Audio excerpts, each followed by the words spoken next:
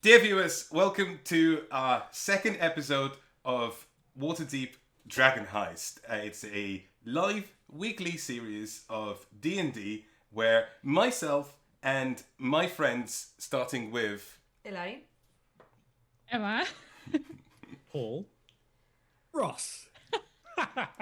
we'll be playing a game of Dungeons & Dragons. But first, let's talk about a few minor details, like if you would like to continue partaking in discussion about our game and talking to our cast and discussing what happened in the previous episode or talking about characters, you can always join our Discord server. The link is down below, whether you're watching on Twitch or on YouTube. Second thing, if you are watching on Twitch, if you're watching live, there's a donate button below. If you donate anything throughout the stream, that will go towards our cast, and I think that would be a very nice thing if you did that. And if you do, we will shout out your name at the end of the episode. Finally, I made a little rules fumble in the first session, and my brain introduced the Streetwise skill back into 5th edition, only because it made so much sense for it to be in Waterdeep. I didn't intend to do that. It just happened on its own. But after some deliberation and some informative advice from the YouTube community, I decided that the best way to go about this would be to actually reintroduce the Streetwise skill, but not directly as a skill. And instead, if I accidentally say Streetwise, I'm going to try not to. But if I accidentally say Streetwise, what I actually mean is an investigation check, but using charisma instead of intelligence as a skill. But normally what I should be doing is I should just be saying investigation using the charisma skill, and that means that we're using our knowledge of Waterdeep to find things out. With that, am I missing anything? Is there anything am I missing? I think that's it. With that, let's go to previously on Waterdeep Dragon Heist.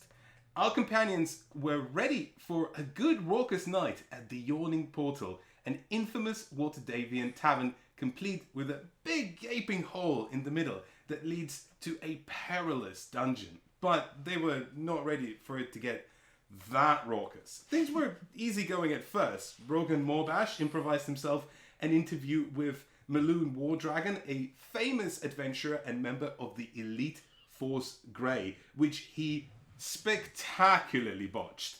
Gina wanted to meet her friend, the barmaid Bonnie, who was too busy to hang out but got introduced to a local bard called Free Strings. Gina was all too happy to improve upon some of his songs, and the tavern did take note of that.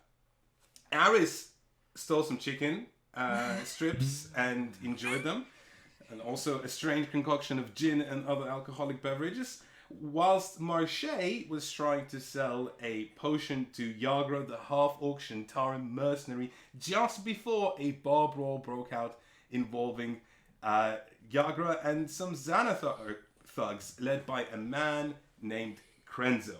Rogan helped quell things down, and Krenzo's thugs were kicked out, but before things settled, a troll emerged surrounded by giant bloated orange horrible flies. Whilst Dernan, who was the barkeep, was busy fighting the troll, the companions had their own fight with the blood-sucking critters, which they didn't fare in that well because most of them got pretty significantly wounded.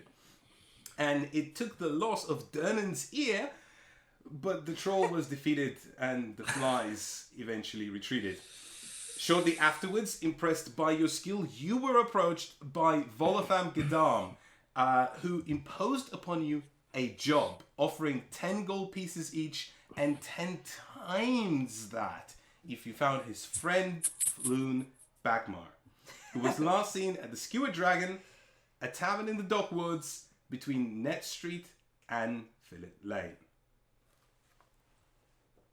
And that's my reintroduction Yes. as to what happened in the previous session. Yes. Shaking your gold already, Ross. You got it. If you got it, flaunt it. That's what my uncle always said. Your uncle. Well, do we want to get more of it then? More gold. If you have a lot of money, then Shall we I mean, introduce ourselves again Let's do that. a little bit? Yeah, why not? Yeah. So my name is Marche Docume. I'm an artificer. Emma. I am Emma, and I play Gina, and I'm a halfling bard. Paul. I'm Paul. I play Aris, who is a human rogue, and I kind of need this money. And Ross. Yeah, my name's Ross. I'll be playing Rogan Morbash, a half-orc fighter type. One thing happens just before you set off on looking for Floon Bagmar. Yagra, the half-orc mercenary who was involved with the fight and was helping you defeat the troll, she even threw that oil lamp that eventually killed it, you know. As you were leaving the tavern, as you were discussing this job and making your way out of the tavern, she puts her hand on Marche's shoulder and says, I remember you. From the market square. I've seen you there a few times. Never thought you would make much of a fighter. And to be fair, you didn't. Because not a single potion you threw hit the troll. But you tried. And it's the spirit that counts. So if you're ever looking for work from the Black Network, give me a shout. I might have a few jobs later down the line. Oh, Yagra, thank you very much. Before we head out, can I quickly check how busy Bunny is? Because I promised I would wait for her for after her shift. So it would be very rude to just leave and not say anything to her. Bonnie notices you and she's like, oh, I'm so sorry. I know I promised to hang out later, but look at this. She points at the tavern, which is completely trashed. There's, you know, tables broken where the troll body is still lying on top of it and chairs all over the place. Half the people left, but you know, there's still a lot to clean up and a lot to do, and she looks really busy. She just points at everything and says, I'm going to have to be doing this for the next couple of hours. We'll take a rain check. I'll check in another time. Rogan did take a little bit of a beating in the fight, so something that he would quite like to do, and he will speak for himself shortly, is have like a short rest of some kind, or maybe even use his bonus action of second wind to regain some health. I think you can use second wind. You could have used that in combat, obviously, but I allow you to use it out of combat as well. I don't think that's a problem. Very kind of you. I'll go for a roll now then. So second wind, for those of you who don't know, is in my case it's 1d10. It's hit points equal plus my fighter level. My fighter level's 1. I've just rolled a 5, so I get 6 health back. So I will be almost at full health. I'm back up to 11 out of 12 health. Is everyone else looking healthy? No, I'm terrible. I got You're terrible. nearly flied to death. I flied to death. Yes. I can help with that. I can do some curing of the wounds. Ooh, please do. I will do that now. Sorry, excuse me. I just had some wind, and I was a potion I could have drank. Second wind. Sure. So I come up to you, Aris, and I put my hands on your cheeks and like just do this until the colour starts coming back into your cheeks, and you regain 5 hit points. That's remarkably effective. Thank you. Marche. You noticed that Marche's hands, by the way, had this sort of glistening, strange liquid on them. It didn't feel entirely pleasant. Though. Huh? It smells nice though. Well, okay. It's like aftershave. Yeah. Yes. Marche, who was just speaking to you there? Oh, that was Yagra. We're friends. Okay. All right. We know each other from the market, and she said what a wonderful job I did in defeating this troll. I certainly appreciate the wonderful help in putting me back together. Thank you. You're very welcome. I'm very suspect. Okay, what are you going to do next? Are we gonna go to the skewered dragon already, or? I don't think that's a bad idea. I don't know where the skewered dragon is. Rogan isn't very familiar with Waterdeep. He's not been here very long, so he would kind of look to the group. He likes to think he's the leader, but he's, as has been established previously, quite out of his depth, and he's starting to realize that. But he'll probably try and hide that behind a veneer of a gruff authority. So he would probably say something along the lines of, "I suppose we should be getting to the skewered, Dragon? Dragon. Yeah, exactly. Dragon. A skewered dragon. Yeah, skewered dragon. Let's get underway." Well, Aris is probably, I don't know if he's been in there, but he will have passed it many times. And he's walked the streets looking for work and being maybe a little unemployed for a while. So he will know exactly where it is. You do know where it is. It is right at the bottom of the dock ward, right at the southern part of the dock ward. It's in between Net Street and Fillet Lane, very appropriately named streets because it's the dock ward in Waterdeep, right? That's how it works. And you know that it's a longish path, but you're not too far away from the dock ward itself. It's just that it's on the other side of the district. But it is getting late. And you also know that the dock ward isn't the most salubrious of places, if that makes sense. There's a certain air and mystique about it, and that mystique is usually it's dark and dangerous. I feel pretty... Sorry.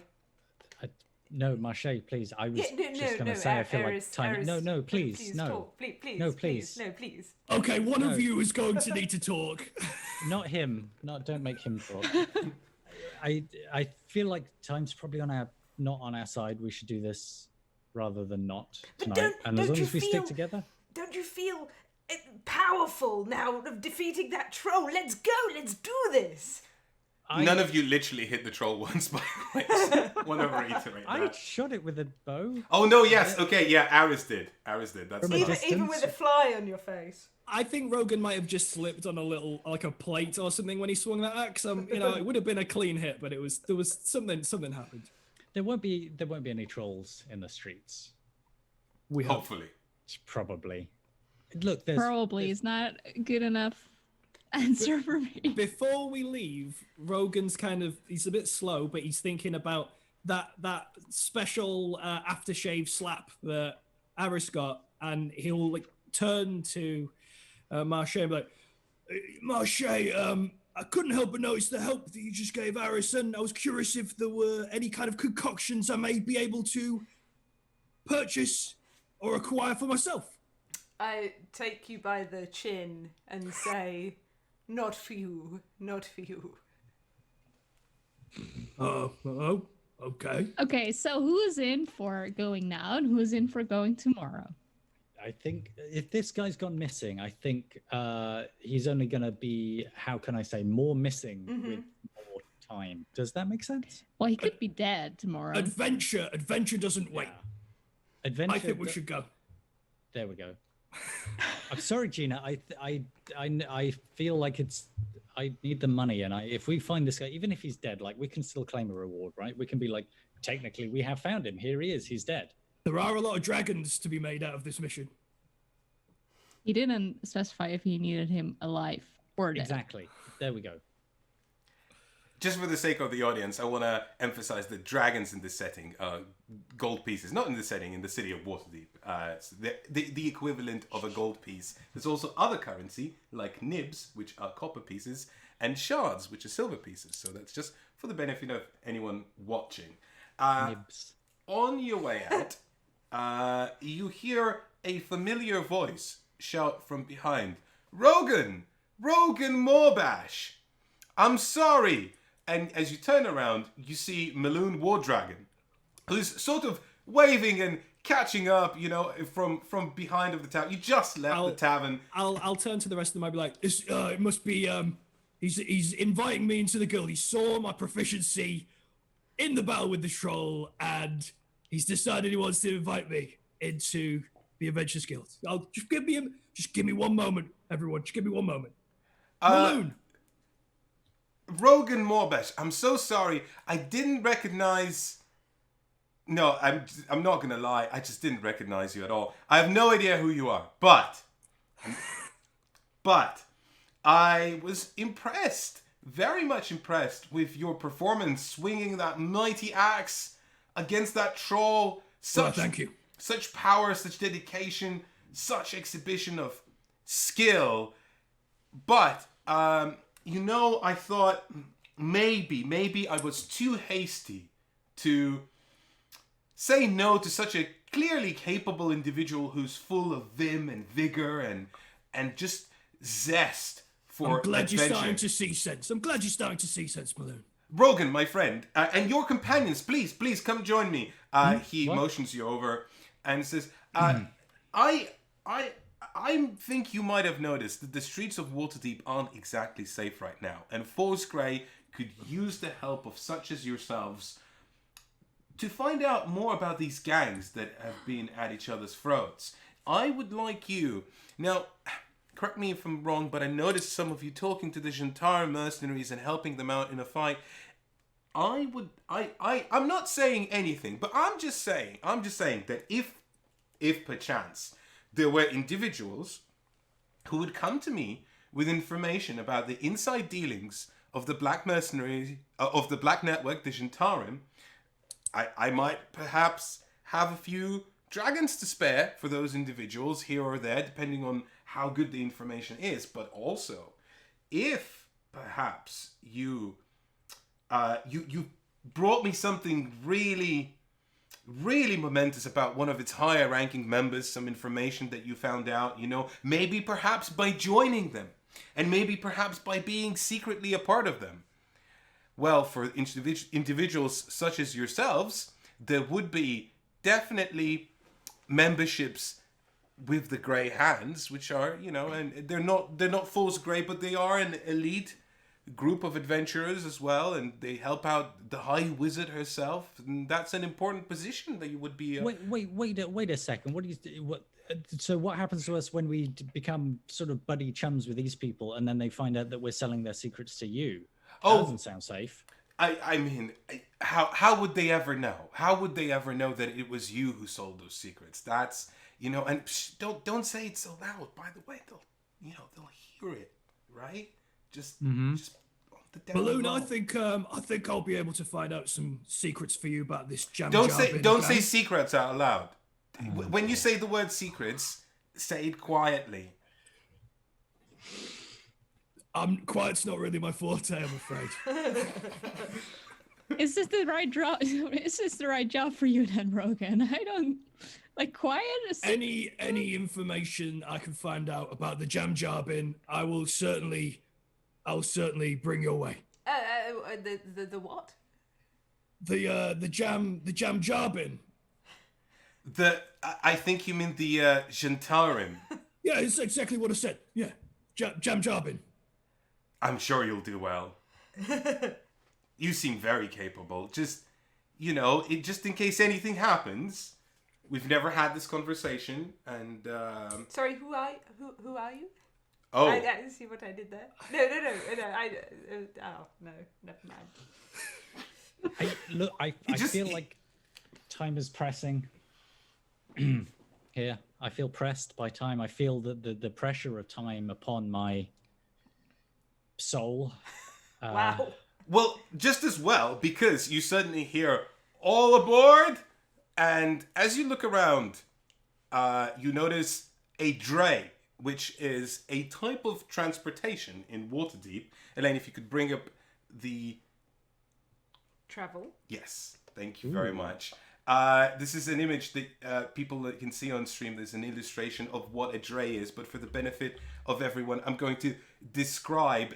Imagine sort of a halfway between a carriage and a double-decker bus, where it is, driven by horses, and there's a carriage driver that's sitting atop, but behind there's a slightly larger carriage that you can enter from the back, and there's a person just standing just outside the carriage collecting nibs for passageway costs, and you can either go on the top, which is an open top carriage on the second floor. You can just sit out in the air and observe the views of Waterdeep, or you can be on the ground floor of the dray and just sit crammed together with other people. I don't know why you would ever No. do that, really, honestly. But that is also an option. Everyone has their preference.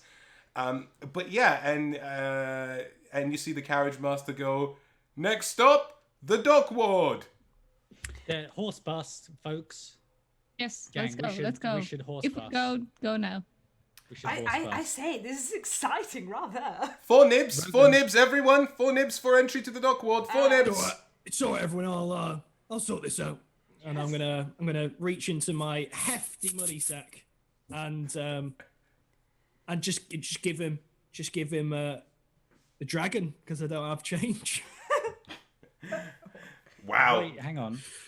He just looks at the dragon and goes, okay, puts it in his pocket. Okay. Yeah, you will be enjoying the views of Horse Waterdeep bus. next. And the views are magnificent because pretty much as soon as you depart, the first thing you see is the Hawkman statue just behind you, which is one of the Waterdavian statues. These giant statues of people that have been attacking the city. You heard something about a decade ago, giant statues appeared in the shapes of various people, started attacking the city, then they froze and forever remained inert. You have no idea sort of what that's about. You haven't been here long enough. And even those of you who have, like Marche, it's not common knowledge why these statues suddenly appeared and started attacking. You remember the tumultuous event. Oh, I do. But you don't exactly remember or know why this happened. It's just happened, You don't know the reasoning behind it. But there's the Hawkman statue just behind you that you're leaving, that's standing in Castle Ward. And on your way, as you're passing through the dock ward, which, by the way, is an immediate and drastic change of scenery. So whereas you had fancy apartments and nice shops and the market square and just the view of Castle Waterdeep just behind you as you left the yawning portal, you are thrust into the dock ward, which, since it's already getting dark, magic hours definitely passed. The lights aren't exactly being kept lit in the dock ward, and not because no one's lighting them, but because they're all smashed to bits, right? The smell is also very different. The further south you go, the more there's this pungent combination of iodine and, I want to say, seagull poo and fish gut smell. There's a distinct stench of wood rot and moss growing around wood, and also mold. Like it's not taken care of. Yeah, it's not being really taken care of, and the lights aren't on in some buildings, and in the ones that it's on, all the windows are sort of really shut tight, and everything's just a bit more ramshackly, a bit more unkempt, and there's a distinct sense of difference, like almost an immediate stark sense of difference as you leave the castle ward and you enter the dock ward. Finally, you see another one of these giant statues as you pass along. It's the Honourable Knight. It's sort of another stark contrast to the scenery of the dock ward, because it's just this big statue of a knight that's kneeling, rather than all the other statues are caught mid-motion in like fight or various striking poses, and this one is more composed and calm and serene and almost hopeful, if you will. But that's the scenery that you see, and the dray isn't exactly the fastest mode of transportation, so you have a little bit of time until you get to the terminus stop. This tour guide is good, isn't he? I wanted to accompany the story with some music. So while we travel, I'll play. I don't know how busy the carriage is, but I'll play some music just to speed up the time or something. It's not that busy. You've got effectively the Waterdavian equivalent of commuters, people who live in the dock ward who can't afford to live in places like the Castle Ward or the the Market Ward, like any of these fancy wards. But they have to live in the Dock Ward. They have to go to work elsewhere. But it's not a particularly busy carriage because it's already quite late. You reckon it's probably the last dray of the day, and it's empty-ish. Well, then it's just for us. I mean, doesn't hurt, right? Yeah, I mean, there's a few other people on the dray, but not many, and none of them are upstairs. Just a few of them are on the ground floor. Well, it's not like a big performance show. I just want to like fiddle away on the lute, just like. Gina, that song was lovely, lovely. Is that a new one that you're working on? Yeah, I'm working on it. Yeah. It's beautiful, beautiful. Thank you very much. What do the people that are on the carriage, what do they look like? They look like working class Waterdavians. There's a gnome. There's also a tiefling, but that they're people. Otherwise, there's not much you can tell about them. As I'm kind of like seeing this whole part of town, it's totally new to me. I've only been sticking to the finer areas, so I've not experienced this side of Waterdeep before. But Aris kind of looks familiar. Doesn't really look surprised by what he's seeing. So I guess Rogan is gonna like turn to Aris and be like, "You seem kind of familiar, and like you're not surprised by what you see. What do you what do you know about this part of town?" Well, it's Rogan. I've passed through here a few times. It's a lot of working people. It's a lot of docks folks and longshore people and traders and people are working long shifts. Why do they wear such bad clothing? Well, if you're gonna do a lot of manual physical work, you don't wear your best because it would only be damaged anyway. And oh, that's good. I was a little worried by the standard of clothes they're wearing, but it's good to know they have much better clothes at home. They're just choosing not to wear them. Yes, very unfashionable. I don't mean to cast judgment, but it's very dour. It's very lack of color. It's very boring. Rogan, you'll fit right in, I'm sure. I mean, Rogan has the feeling that he fits in everywhere, so he'd probably be like, "Yeah, no, that sounds about right." You know what, Rogan? As we get to hopefully where we're headed, it has been a bit rough around there lately. So as long as we don't look like people worth messing with, we should be okay. Is my take. So Rogan's kind of like gonna puff his chest out a little bit and be like, I think I can take care of that for you all. No, I think you should just don't take care of it. We're going there peacefully. We're not going there to pick a fight. We're going loud and clear. And he's gonna start like polishing the battle axe. Gina has a point. If we just look like we know where we're going and that we shouldn't be interfered with or anything, that we can take care of ourselves, we should be fine. Let's not get out maps and things. Let's find out where we're going and go there. Well, as soon as we get off the horse bus, I think I know where we're headed, and no alleyways, main streets as sort of well lit as possible. I think we should be fine. Well, your final stop comes at the intersection of Snail Street and Fish Street, which are one of the two main streets of the Dock Ward. And whilst it is relatively much closer to your destination than just having walked all that way, that's as far as the carriage goes. The rest of it you're going to have to make on foot. As you disembark, it only takes you a couple of minutes of walking to stumble onto something not pleasant. As you turn a corner, you find yourselves on a street that has been cordoned off by the City Watch.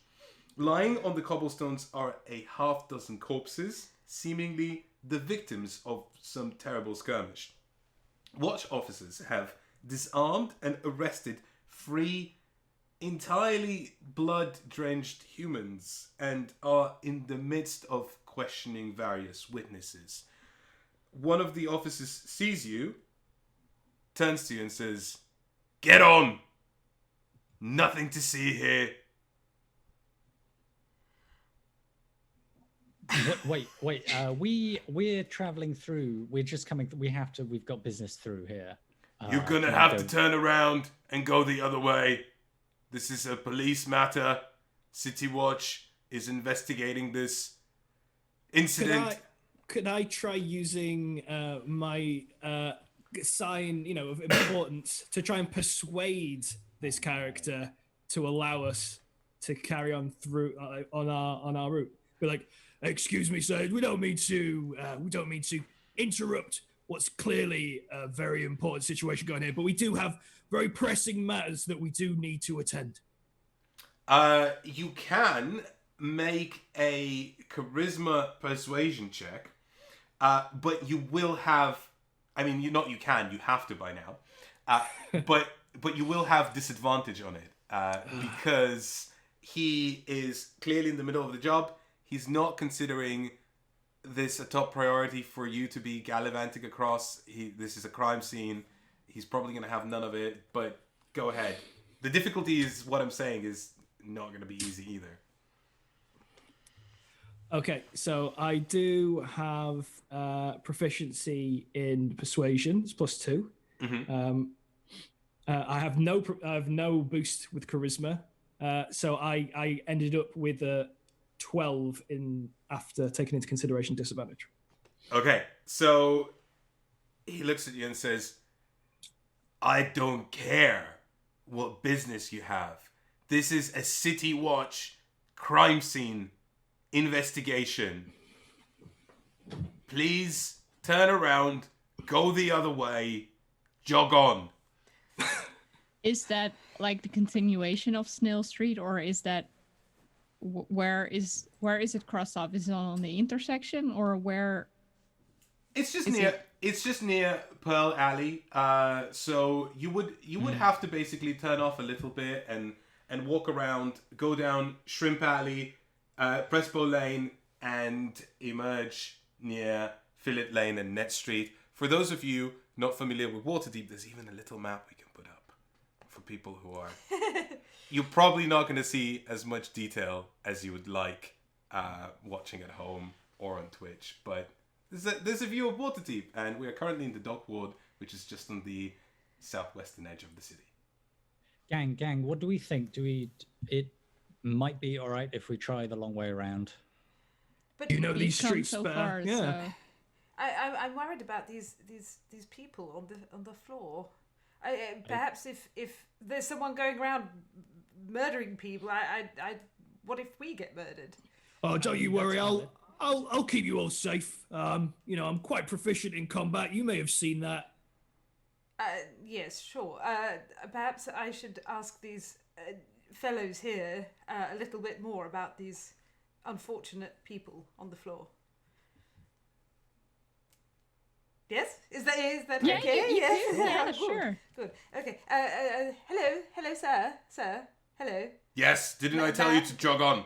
Yes, but I believe you told me to jog on, I'm afraid. yes, you told my friend. Rogan. My friend to jog on. You said He nothing tenses to up. me. You're looking lovely in that outfit. Very, very power crazy. Perhaps no, that's not the right word. Anyway, I just wanted to make sure, as visitors here, a little bit, we're not from this ward, that we will be safe here in this ward. Okay. And I just wondered a little bit about these poor unfortunate people on the floor here. This is a City Watch investigation. If you would like to find out more, how about, here's my offer. I arrest you, and then we take you away together with these folks, and you can chat in the jail cell for as long as you like. If I turn around now and walk away. Well, that's the other option, yes. Okay, I will do that. Sorry, folks. I learned nothing. Well, you learn that maybe it is perhaps time to move on in search of the Skewered Dragon on Ned Street and Fillet Lane. But you did witness some of the gruesome atrocities that are happening in Waterdeep and how the city's faring currently. Yeah. All right, let's just stick together. And just in case, everybody keep your eyes peeled. The further south you go, once again, the more the stench of fish, guts, and various other things overpowers your senses. Eventually, you reach the corner of Zastro Street and Fillet Lane, which is just a few yards shy off of the Skewered Dragon. It's not a particularly pleasant place. It's as ramshackly as the rest of it, but you can see that a lot more of it is just become industrial, and there's warehouses, and there are some shops that were open maybe 2, 3, maybe 5 years ago. That's just not the case anymore. You know, a lot of these places are shut. There are, however, 2 shops, apart from the Skewered Dragon, which you can see further away in the distance. There are 2 shops that are open and have lights inside of them. One is called the Demonologicomenon, and Well done. and the other one is quite peculiar in terms that as you approach closer, you see that there's a shop sign on it, and the shop sign had carved letters that said Old Zoblop Shop, but then had a cross painted over it with red paint, and then with purple paint, it also, in different lettering, says Old Zoblop Shop.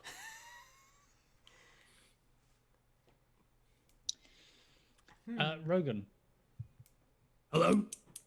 As we get to where we're headed, I would like to request, perhaps, you have some money.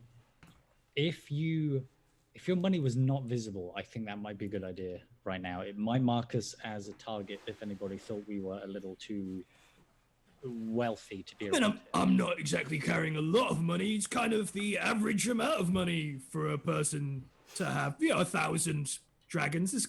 You've all got a similar amount of coin on you, have you not?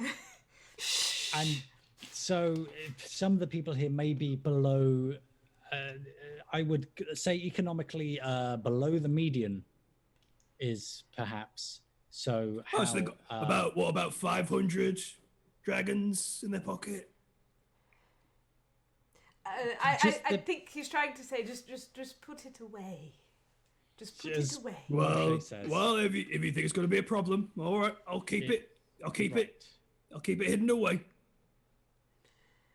Perhaps, Gina, we could go to the this is Zoblob chap, and perhaps we could go there and ask him, maybe find out some more about this fellow we're looking for. But perhaps you could play him a song or pretend you need a string for your lute or something, you know, as a icebreaker. Yes. Well, my train of thought is just to go to the Skewered Dragon, because that is where Floon was seen last. That's what my instincts tell me, that we need to go first. Where we need to go first. Moshe has a good point, though, that we could probably ask a couple of local businesses, especially if they're open late like these. Maybe they're folks who see things. Yeah, okay, but I'm not going in there alone. Oh no, I'm no, happy to we'll go come. in. We'll I'm happy all to go come in. with you. But I feel like we need a reason to go in this late at night. What kind of shop is it? Because... Well, as you peer through the window into the Old Zoblop Shop, you see there's mostly just a mist, a sort of purplish mist, and you see through the window some various like knickknacks and things. A particularly standout piece is this stuffed purple beholder that's just sitting on a shelf, because most of it, like, just through the window, you can't tell very well, because again, there's this purple haze just going through all of it, right? But there's a lot of crap. I don't want to say crap. There's a lot of crap in that shop. You can tell Is that. is anyone good with like perception or anything like that? Could do a little perception check before we No, sorry. Do we see anyone behind the Moderately. counter or? Not the way the window is positioned. You'd have to go in. Yeah. Marche, Gina, would you both like to? To go in the shop. Well, the purple mist is kind of worrying me. Yes. I'm happy to lead the way if anyone's concerned. Perhaps we could knock on this door. That's always a good idea. And then we don't have to face this mist. Is there a particular way commoners knock? I'm not used to knocking. I'm sorry. I will just quietly knock on the door like in a normal pattern and just a normal folk knock. From behind the door, you hear, "Hail and well met." Oh no. Hello. Hail and well met. Please come in. All right. I guess Rogan will. He knows how to open a door, so he'll open the door. Thank goodness for that. Good start. and step inside the shop. Hello? As you open the door, this just blast of lavender scent overpowers your senses. You are entirely covered in it, and you suddenly see, you understand, it's purple. That's the theme. Everything in here is purple. I mean everything, right? The wallpaper is purple, the ceiling is purple, the wood on the floor has been painted purple, the counter is purple, the velvet on top of the counter is also purple, and the shelves are purple, and there's a lot of knickknacks on there. They've not been dyed purple because there's a lot of tat. And behind the counter sits balding gnome who has just slight thin tufts of hair sticking out the side of his head, and he's dressed in a purple robe. And he says once again, "Hail and well met! Come browse the shelves of the most curiosity shop in all of the world." I think Rogan, he went in first, but he would be like coughing because of all of the lavender. I'll just kind of stay back near the door, but I'll command the door for all of you if you want to go about your business. Sure. Are the tufts of hair also purple on the head? No, they're grey. Ah. You're all in with the purple or not all in with the purple? I mean, they are. He hasn't dyed his hair, No. but yeah. You can. Hello. I hail and well met. I mean, are you the Zoblob? Zoblob. No, Oh. my name is Zoblob. I am not the Zoblob. Oh.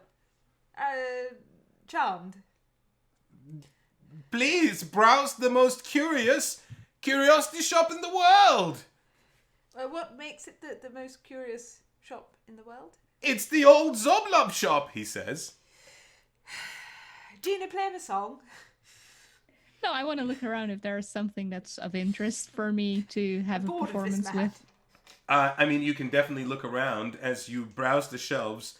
You find a lot of it's just garbage, like actual garbage. The first item that strikes your fancy is a vest with 100 tiny pockets. You've never seen a vest with that many pockets in your life.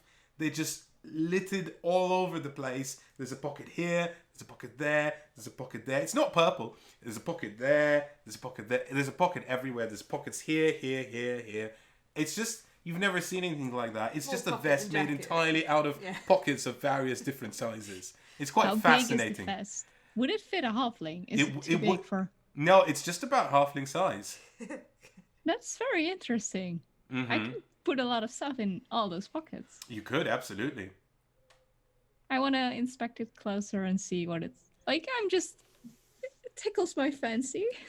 As you pick it up, old Zoblob says, "Ah, I see you found the vest of many pockets. Only for you today. I will offer it for free dragons. Oh my god! Don't buy that, Gina. Oh my god. I wanna just like look if there's any holes in the pockets. No, actually, it's remarkably unlike the other items in the shop. It's not really suffered much of the decomposition that comes with age that has been plaguing all the other items of clothing in the shop. It's remarkably well intact, which is why it caught your attention. Well, I'll keep an eye on it, sir. I was kind of hoping to talk to you about something first. Oh, well, purchases first, talk later. Uh-oh. Can I have a look around and see what the cheapest thing in this shop is? Sure, there's no prices on anything. There's no price. But you can look around. The tattiest thing that looks like a spoon or something. Okay. Like, Okay, let's find out. You find a tooth. Okay. I say this is this a tooth? Yes, that tooth comes from a magnificent beast. How convenient! I'm missing a tooth. I need a new tooth. It will fit you well. I will sell it to you for only 6 dragons. I see. That's a little bit out of my price range. Do you have something more within my price range of perhaps 10 nibs? 10 nibs? Some dirt off the floor, some dust. How about this dragon necklace? He holds it up, and it is the scale of a dragon on a necklace. Oh, that's wonderful. My dear mother would love that. He looks at it for a second, holds it up, looks at it himself, and goes, I will sell it to you for only 3 dragons. I'd rather have the vest for the 3 dragons. I know, right? Yeah. Do you have anything purple? Everything that is purple in the shop. He looks around and waves at everything, just this sort of pride comes over his face. A creepy smile that is perhaps slightly unpleasant. He says, is not for sale. Is there any chance I could? I've been listening to all of this and thinking, could I intimidate this guy into some lower prices? You can certainly try if you like. Yeah, I would like to give it a go. Rogan's like, you see me be driving. Bugger, I can tell you're a man who knows quality when he sees it. And kind of looks around with a bit of disgust. Well, I feel like maybe there's a little deal we could do here, and I'll kind of loom over him a bit, trying to intimidate with my physicality. All right. Okay. Give me an intimidation check. All right, give it a go. That is a natural 20. Wow. Plus, I mean, I don't need to add the 2 intimidation, but fantastic. Okay. In the land of purple, I'm suddenly quite the character. It's the lavender. Maybe I should have all my fights in here from now on. I'll just get everyone to follow me into the purple place. Sorry. Dude, what as you were saying? You are quite big, and you scare old Zoblob. If I had more sense, old Zoblob would ask you to leave the shop right now. But I'm a little bit more scared than that. I think you should probably let us purchase whatever we'd like for 1 dragon. That is theft, and I will report it to the City Watch. I will not sell for cheaper, but I will tell you whatever you like, and after that, please leave my shop and never come back. Oh dear. But the vest! No! What did you do, Rogan? Marche, I think you had some questions for this, No, not our. Gina had the question. We all had some questions. Why do you shove it on me? Oh, because you said you wanted to chat with Zoblob. And then he said, Yeah. purchase first, questions later. And then we went through this hoo-ha. This what? Hoo-ha! Hoo-ha! Perhaps I should just buy this necklace. I mean, it would look good. Perhaps I should, and then he wouldn't be terrified, and then he wouldn't call the police, and blah blah blah. Maybe we could ask him a few questions first before we make any purchases. Maybe, perhaps. Yes. Yes. Okay. What are you going to ask him? You have a fine shop. Your shop's lovely, and perhaps you have seen things that in this because it looks like you've been here for a long time. Old Zoblob sees a lot. What is it you want to know? I'm sure you have very astute vision. I'm sure. We are looking for someone by the name of Floon. Thank you, Floon. Never heard of Floon, but tell me what he looks like. He has long red hair. Yes, red hair. He dresses pretty nice as well. And fair features. Probably looks well off. I think I've seen him. He was with another man a couple of nights ago out on street over there. Jumped by some thugs. Don't know who. Don't care. Taken away. Oh, well. Perhaps you best go to the Skewered Dragon. That's where he came from. Yes, perhaps we should. Did you recognize any of these people? Had they been around before? I did not look. Well, thank you. May I ask you very, very, very briefly about that puffy little thing in your window?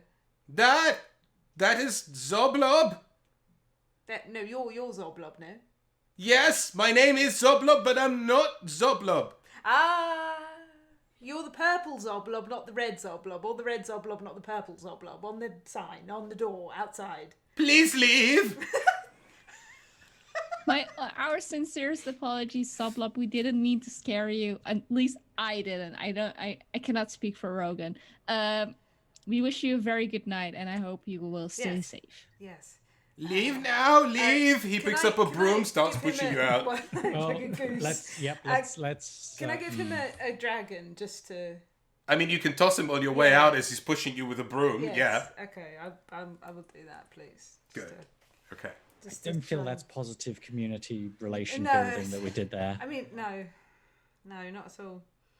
No, well, I don't quite understand what his problem was. I merely spoke to him like a man of my station would. Look, the important thing is we have a little more information. Yes. I wonder who would have and why they would have. Should we go in the Skewer Dragon? Yes. But let's first agree on Rogan. Don't pull out your size and show off how scary you are immediately. I will try my best to not be as impressive as normal. I would very much appreciate that. Sorry. I think what Gina has a point, and I think what she means is just be aware of your presence. Basically, no money, no size. Probably the two current ground rules. We might add to that list as we go. It's an unusual request, but I'll heed it. Thank you. Aris, you're extremely charming. Perhaps you should be the one that goes up to the door of the Skewer Dragon. Let's go in. It's I mean it's Perhaps you should go tavern. first. Sure. You're very good at looking around. I have noticed looking around. And, I'll only be an arm's length away if you need me. A large, really bulky, big, muscly, sinewy arm. A hefty arm. A hefty arm. Let's go. As you enter, just keep together, please. As you enter the Skewered Dragon, the hustle and bustle of the tavern immediately stops. Great. It's like a silence descends. Everyone turns and gives you a look, and then they turn back and resume. There was a brief moment of notice. Everything stopped. Everyone looked at you, and then they stopped caring. And you couldn't expect a more drastic change from the yawning portal in comparison to the skewered dragon. The tables are filthy. The ale is cloudy, but not in a good way. The clientele is not as diverse and as cheerful as in the yawning portal, but more just sort of downtrodden, drunk. How are the chicken strips? How are the chicken strips? I mean, there are strips. It just says pigeon strips. It just says strips. Like there's a wall behind the bar and says food, and then amongst food says fish, then it says strips, and then it says spuds. Oh, spuds. Yeah. It's very hard to get potato wrong. We could maybe eat some. Anyway, I'm going to start making my way toward the bar. But also as I do this, I want a quick scan of sort of all the faces in here, just to see if anyone is watching us more than I feel comfortable with. Okay, give me an intelligence charisma check. No, sorry, investigation charisma check. I can do that. You got this. Or actually, no, that's more of a wisdom perception check. Yeah. Give me a perception check. Okay, that's 16. Okay. That's okay. You notice that most people don't care about you, right? Great. There is a sense that you're getting some shifty looks because you're dressed slightly better than the regulars, and most importantly, you are not the regulars, and that is very, very obvious. But amongst the clientele, there's always in taverns like these, there's always that one person he's definitely part of that tavern, but he's more willing to talk just because he's sitting on his own and he is missing an eye and he's wearing a captain's hat, but he's clearly not a captain because he's way too old to be a captain and way too bearded and way too drunk and way too just clearly been in this tavern for way too long, and he'll talk to anyone at all that just, he'll even try and get their attention. He'll go, you dropped something, or that's a pretty necklace, or those kinds of things. You can spot that person. You can spot the person that wants to talk, and you've done that. Interesting. That's worth knowing. I will, as I get to the bar, ask for like the safest, mildest drink that I can think of. Ale. Something that they hopefully can't get wrong or that won't make me ill. There's ale. There's also just something that's called spirit. It looks white, clear. Can I have 4 ales for me and my companions, please? The barkeep grunts and, charges you the requisite amount for, I can't remember what it is, just 2 coppers per ale, really. 2 nibs. Sure. It's not That's much. fine by me. Yeah. And can I ask you a question? We're looking for someone. So is everyone. Well, we might find him, and that could be very helpful to us. It's a posh-looking guy, long red hair, has been in here now and then. What's it to you? Well, a little concerned about him and where he might have gone, and a good citizen like yourself might be able to might have remembered seeing him or anything he's done in here, anyone he's met up with perhaps, or... Okay, give me a persuasion check. Uh-oh. I've done quite well on dice rolls so far, so sooner or later something's got to really fall over. 21. It's not that one, it's 19 plus 2. Wow. But that's still 21. That's pretty good. Okay. Yeah. Seen that guy a couple of days ago having drinks with Renner Never Ember. Chip of the old That's block. a name. If you ask me about that one, fancy, just like his dad.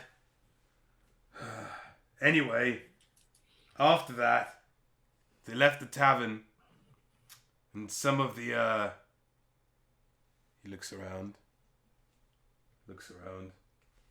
leans over. 5 Jantarim, some of the Jantarim, there's 5 of them. They were sitting in here, having drinks, keeping an eye on those 2. As soon as they left, I saw them leave the tavern as well. I think they have a warehouse somewhere around here, just over on Campbell Lane. That's my voice.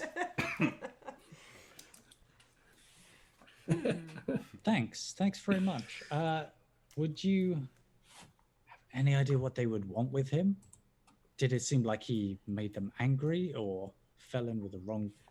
Was he a good customer here? Did he ever cause trouble? Look, as far as I'm concerned, he was just another rich, spoiled, noble brat. Spent his money willy-nilly. They probably saw that, clocked him over the head. Rogan kind of goes to speak for a second, and then thinks better of it. Thanks very much. You're welcome. Look for the snake symbol on the door. I will slide over like a silver piece because I feel like that is a good. I need to acknowledge in some way, and that's an amount of money that is not insignificant to just tip someone with, and I also don't have any money. He bites on the shard. Of course. Good shard. Thank you. Ooh, that was Just a look at that was a everybody else in the revelation. Party. Oh, that was interesting. Rogan, perhaps you'd come with me. I'm not scared, but I would just like to go and talk to this beardy fellow here, and I feel like you have a way with words. And, I'm glad you noticed. I was schooled in the arts of conversation. Perhaps you'd be. So I'll happily accompany accompany you. Yeah, lead the way. So I'd like to go over and talk to the sea captain who's Right, the sea captain. Yeah. Oh, friends, companions, come sit down. I will buy you all. I must have lost my I wallet. gave him my ale that, Right, okay. Aris has just. Oh, drink. Thank you very much. A toast to the sea. That's I'll good take a ale. drink from my ale. Toast with him. So what brings you to the Skewer Dragon? I've never seen you around here before. Well, in fact, we're looking for someone.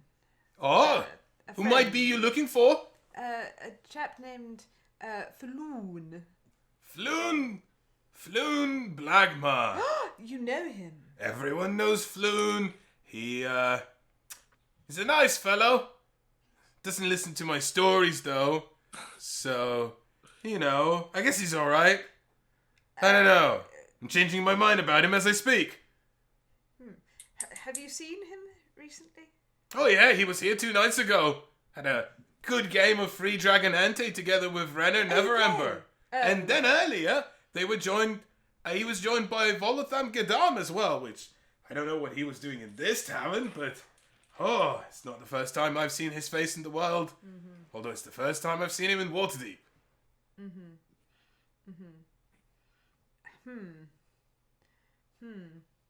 Well, Sorry, you said Volo was there with him.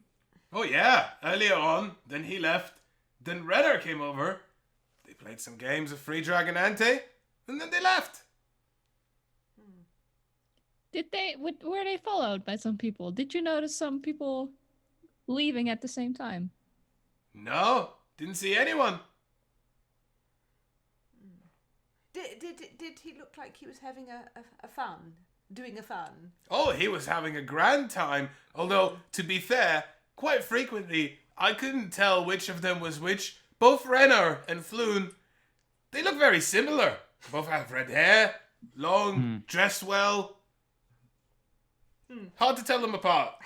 I see. Well, thank you very, very much. That was very, very helpful. Thank you. You're welcome. Would you stick around for a few of my stories? Sure. Uh-oh. Well, But first, I think I just need to nip out to the the place where you do. oh, it always ends this way. Go. Oh, I feel really bad now. I don't know. To the sea! And cheers him one more time, and then we're To going the sea. To Make the our- sea. Yeah. make our way through. Slightly an uncomfortable situation as everyone clearly knows what's happening, but they're too polite to be open about it. But anyway, it's an awkward conversation, but you eventually get up from the table. What do you want to do next? While we stand up, I want to say to him, like, the sea waits for no one. We have to also continue our adventure. Because I know some sea words, kind of, and try to make sure that sounded so off, but like reassure him that we're just good people. And I'll tell him I'll be back for his stories because I've got stories to tell as well. I think that you as a party have an uncanny ability to dig a bigger and bigger hole, and I applaud you for that. No. It's prime It's a entertainment. Normal-sized hole. Normal sized hole. No, normal British awkward sized hole. Anyhow, I don't know what you're trying to say. I think Rogan's been nothing but charming. well, that he has. What's your plan next? Sounds like we should be checking out the warehouse. Yeah. So With the I think- snake on the door? with a snake on the door. Yeah. So I'd probably turn to you, Marche, and be like, "Do you know this place he was talking about with the snake symbol?" No, why would I have come here before? What's there for me here? But that's very interesting. The snake. What? I'm sure I know something about the snake symbol. I'm sure I've heard of that before. Really? Why don't you give me you can give me a history check? I can do that. I've got not very good. A 10. That's actually enough. Oh. You know exactly what the snake symbol is. It's the Jantarum symbol. You've seen it on Yagra's. Oh right. Okay. Yeah. Okay. Uh-huh. There you go. Okay. There you go. There you go. Okay. Yes. I don't really go around warehouses. Aris, you seem like someone who more goes around warehouses. I know the docks district here a little, but not well. I think... Well, the street. You've been told that it's on Candle Lane as well. I think the best we can do is we've got to walk down that street and check the places one by one. And I would kind of suggest we do that discreetly. Do we want to do that in the middle of, like, it's getting late and there's just been a murder on the other side of That's a the good street? point. Do we want to Yeah. just, like, look into buildings, each building by building by building? I'll happily Looking keep very you all. sketchy. I'll happily keep you all safe if that's any concern. Well, Tina's got a good point. It's like, is it important that we do this now? Should we What rest do we think? overnight? Like, but Mark, didn't you, like, make So- friends? so- with- who? Who's Uh-oh. Mark? You made friends, right, with Yarga? Yes, indeed. We're good friends. I think. Why? What did she tell you while we left the yawning portal? Is there something useful there? Oh well, no, nothing really. We just had a little reminisce about the market days. That was it really. You know, I sold her some potions and that was it really. I mean, as far as gangs go, you would also know, just from common knowledge, that these are large organizations, and then one individual does not necessarily know about the goings on of everything, or but so this Gentarum, the Black Network, it's vast, it's city-wide, and there are probably many members. It's a gang, you know, so there are a lot of them, and I'm not saying this for any particular reason. It's just something you would understand about the structure of it. Well, perhaps we should just rest here and make our way there in the morning when it's lighter and less stabby.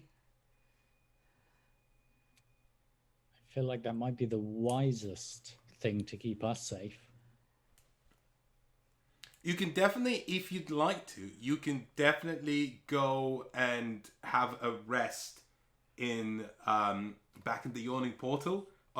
This tavern is just not. So we'd have to go back to the Yawning Portal. I mean, that's the closest inn that you are familiar with, and you feel like you could get boarding because you've been sleeping maybe there. Maybe not then. Yeah. Maybe not. Maybe we just do this then.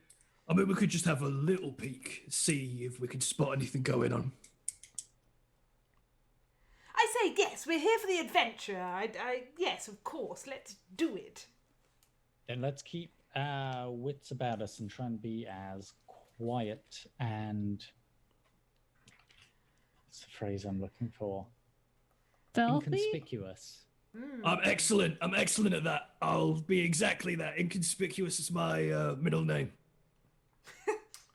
Only one of the street lamps is lit in this narrow alley that is enveloped by gloom, pretty much as dark as a dungeon. Is that a wolf that I hear? That is, yeah. It's a full It's a moon. coyote. That wolf's cry? Some stray dogs, you know, running about the dark alleyway, but you can't see them because all the street lamps are shattered and smashed. There's one that's still alight. This is sort of a faint flickering that streams from what you would know is just a continuous light spell. You know, just someone put a spell up and it's going just so that there's some light in the alley. After not a lot of searching, you spot the warehouse in question, right? Imagine a fence, right? And a big yard behind that fence, right? And at the back of that yard, there is an industrial building, right? It's 2 stories tall, and it's got one window that you can see, but even that window's been painted over with paint, so you can't even like peek into it or anything like that. There's also a big warehouse door, and right next to that big warehouse door that is clearly bolted shut, there's also just a door. You know, both of them are made out of sturdy metal, right? So it's not just like, you know, the rotted wood that most buildings are built of. Sorry, the whole warehouse is made out of metal. No, the big entrance, the big warehouse door, and then the small entrance door. The doors are made out of metal. But the warehouse itself is made of Wood. Yeah. Right. Well, that seems silly, doesn't it? Did you say it had the snake symbol on this particular warehouse with the light? Yeah. You can see on the door. It's not small. You can spot the snake symbol from a distance away. They're not like inconspicuous about it, if that makes sense. Is there anyone? Oh, go on. Sorry. No, I think you were going to ask exactly the same thing. Well, then you ask it, and we'll find out. I was going to say, is there any sign of activity or anybody moving around? Well, that's a good question. How are you approaching this warehouse? Let me know. We were being very inconspicuous, right? Trying I think to. so, at least. Yeah. You were talking about being quiet and not drawing too much attention. Sneak up to it as best we can with, you know, what we're wearing and everything. Give me all of you. Give me a stealth check, please, and just. It's a 4 from me.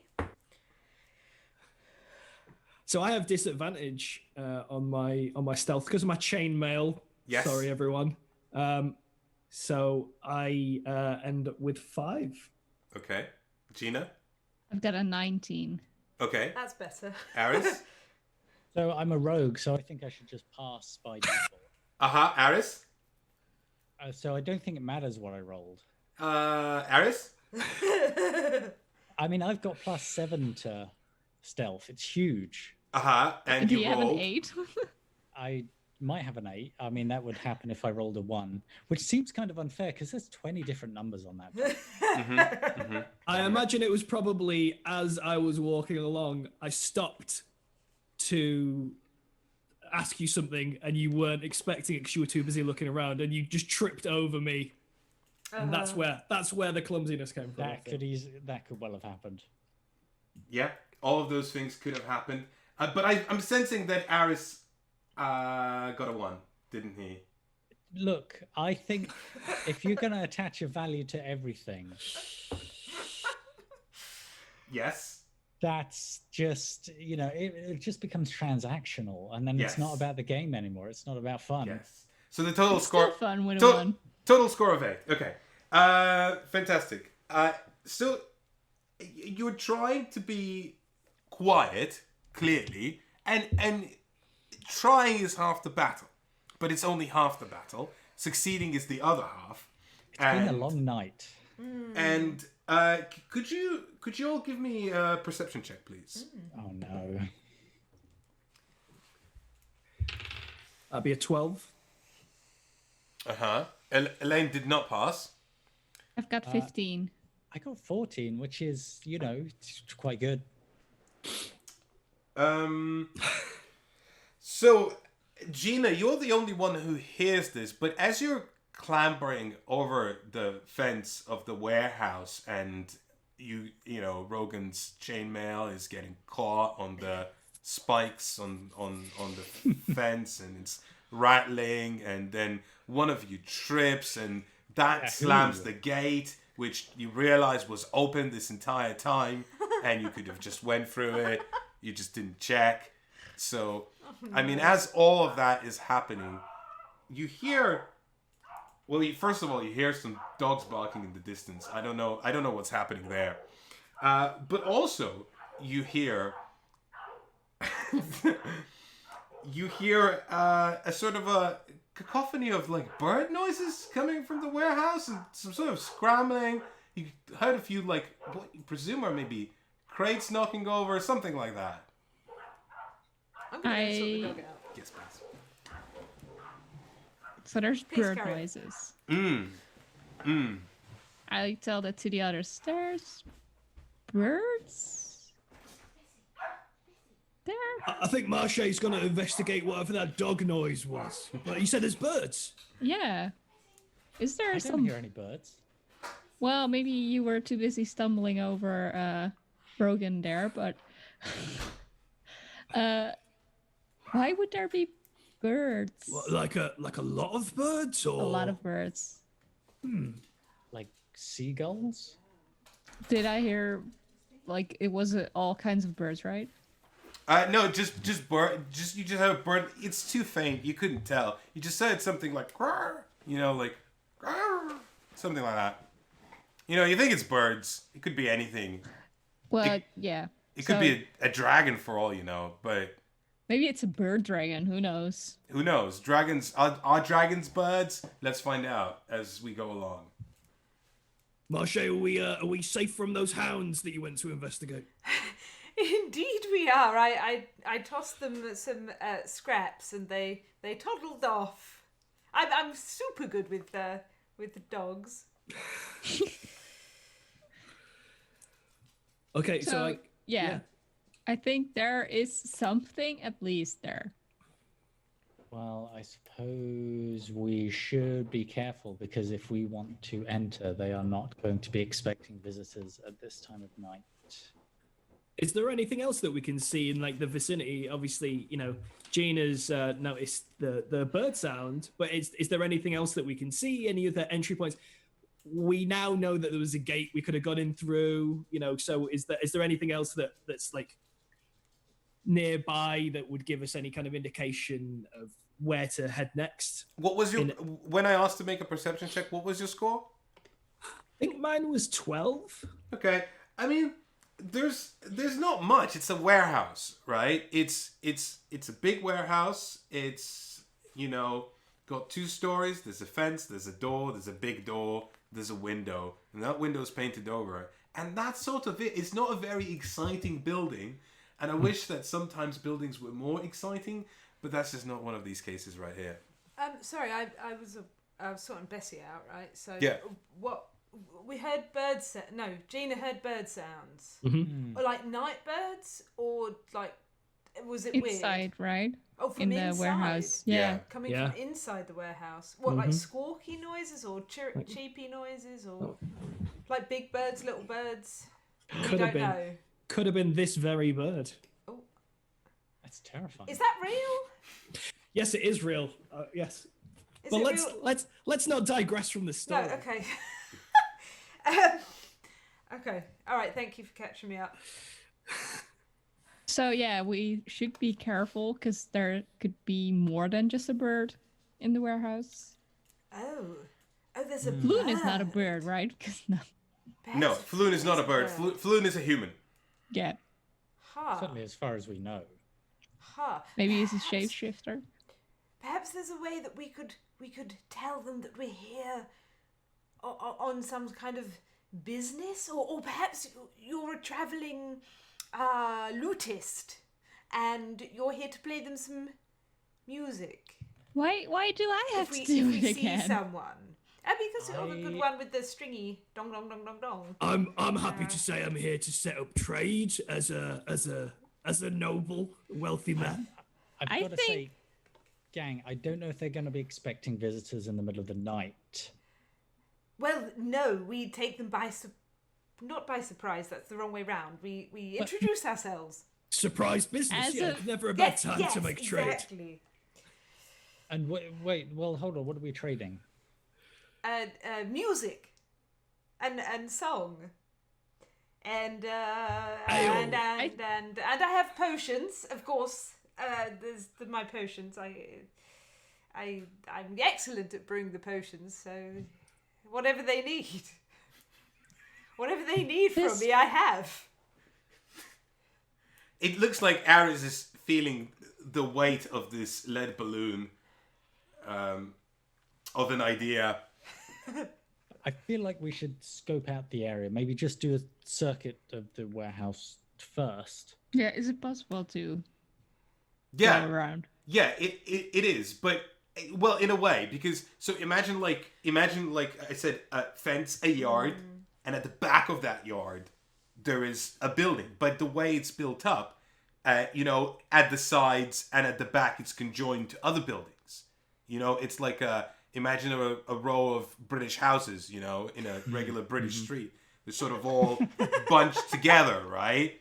So kind of like that, you know. There's not much leeway that you can get going like behind it, or there is, for all intents and purposes, no behind.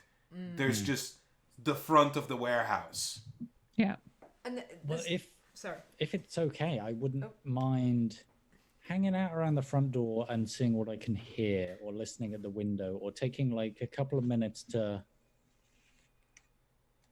see if it seems to be occupied, mainly using, I guess, my ears. Okay, give me another perception check.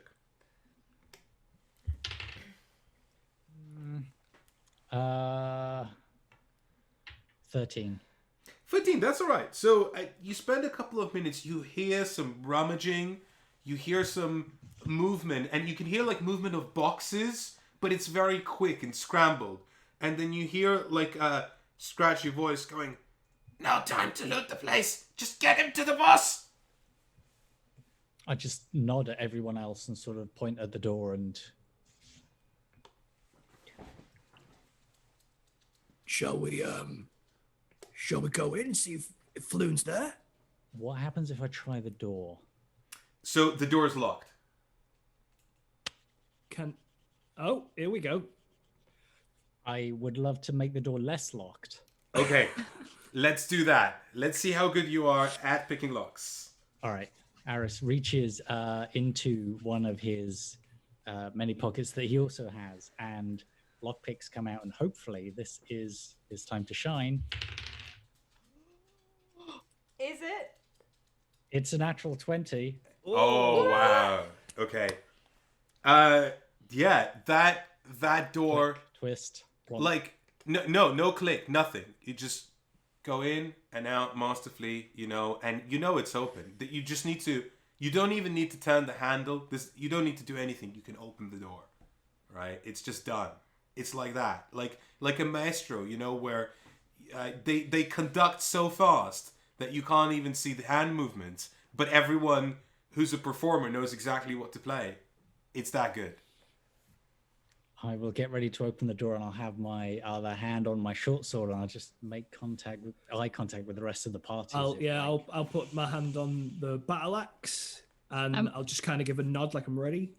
I'm hiding behind Rogan, just because I'm small, so I can easily hide behind him like I'm not there. Excellent. So you open the door, you go inside, and what you see is just a bunch of crates and tables and chairs, and everything sort of tossed around the floor. And what you see, well, you presume maybe were the people talking to each other. They can't be, because they're all dead.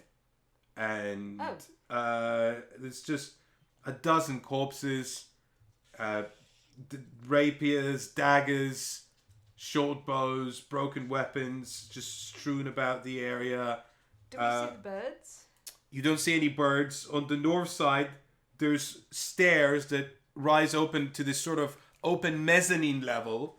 And what you can very clearly see are these sort of crane pulley systems of, like, if you want to lift something up or down from the balcony up onto the balcony, like there's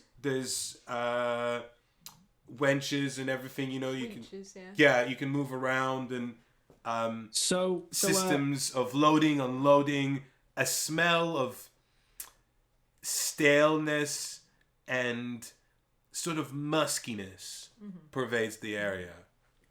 Rogan does know a lot about fighting, and he has seen some wars from afar. So he's seen a lot of dead bodies, so he'd probably want to investigate if they were newly dead, when they died, how they died. Can I do that? Yeah, of course. So, as you approach the bodies, can you give me a medicine check, which is an intelligence? Oh, a medicine check. Yeah. Right. Or alternatively, I Do a would perception also check? I'll accept perception. I'll also accept survival. All right. No, survival maybe is a little less relevant. I don't know. I guess you could argue for it, but I don't need to. I'll go with perception. 16. ooh, that's pretty good. So you notice that these are not like these wounds are fresh, but they're not like you would have heard this battle.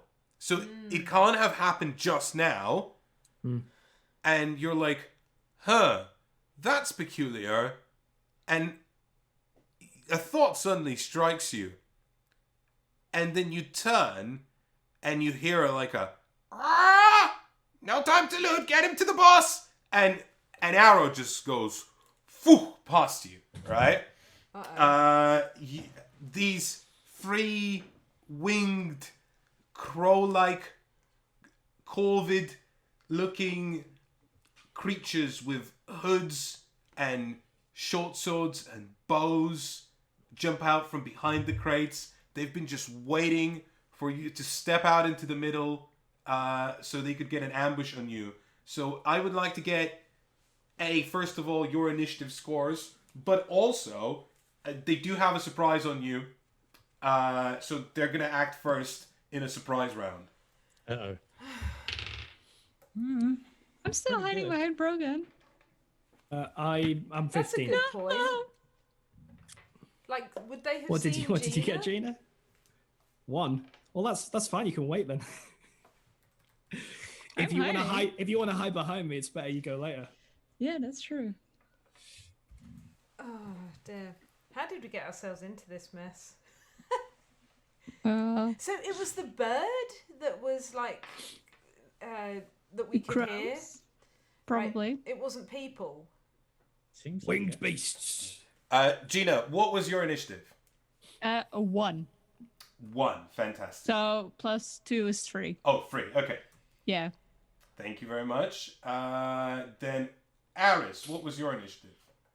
19. That's Ooh. pretty early.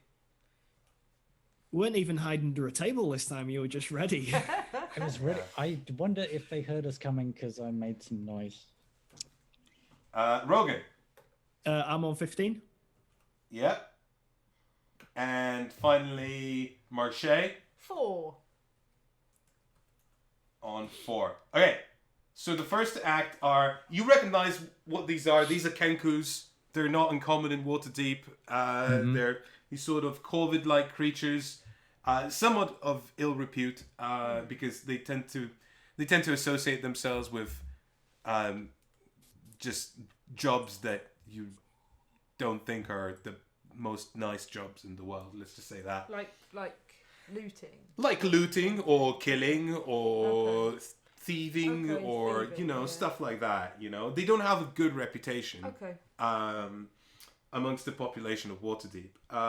But there's 3 of them, and they jump out, and 2 of them are entirely focused on Rogan because he sort of stepped out from like right into the middle of this warehouse, walked in. The 3 of you, from what I understand, stayed more behind by the door, still looking around, and they just jumped out from behind crates, and they're gonna they're holding short bows, and they're sort of on opposite ends. So if Rogan, imagine you're in the middle of this big warehouse, empty space, with there's crates here and there, and quite a few places, but they're on the edges, just towards the walls. How far is that?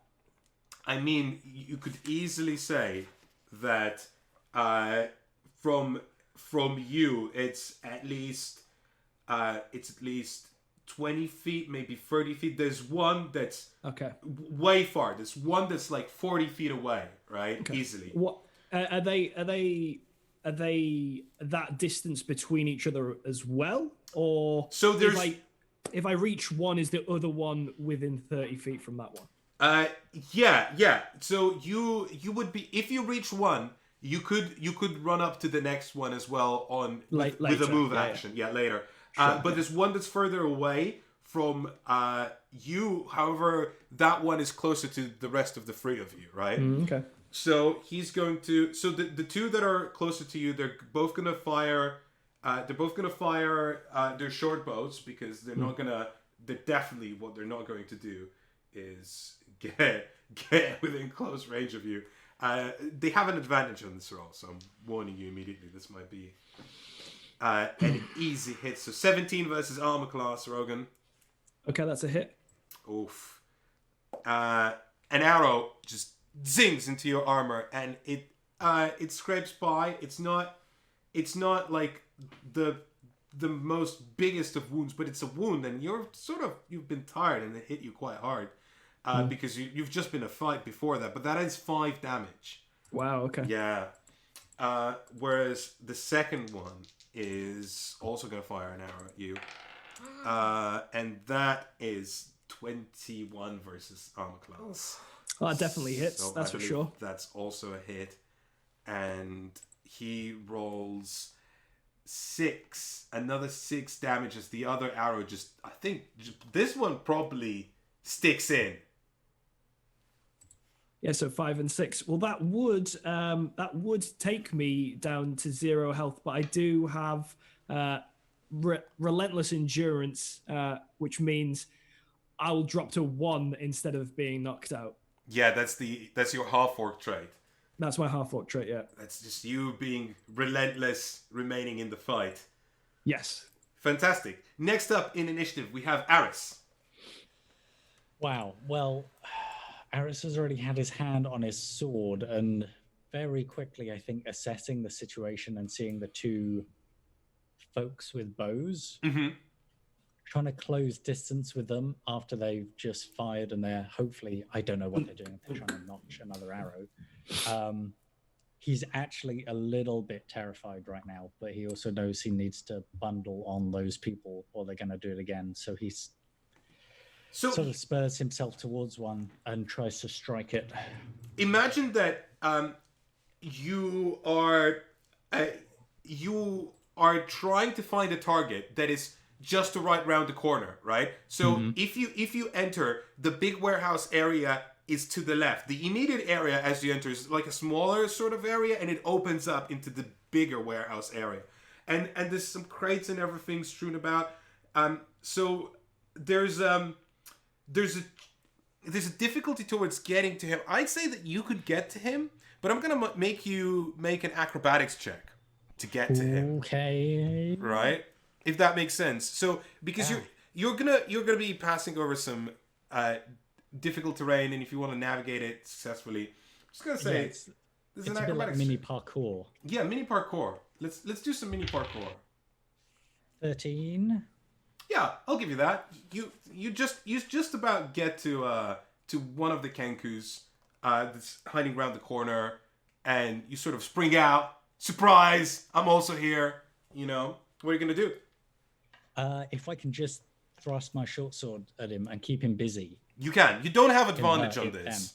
Because whilst, I did say surprise, it's not actually a surprise. They know you're here. Yeah. I just need to keep them occupied for a moment to let everybody else get involved in a fight and not be shot at.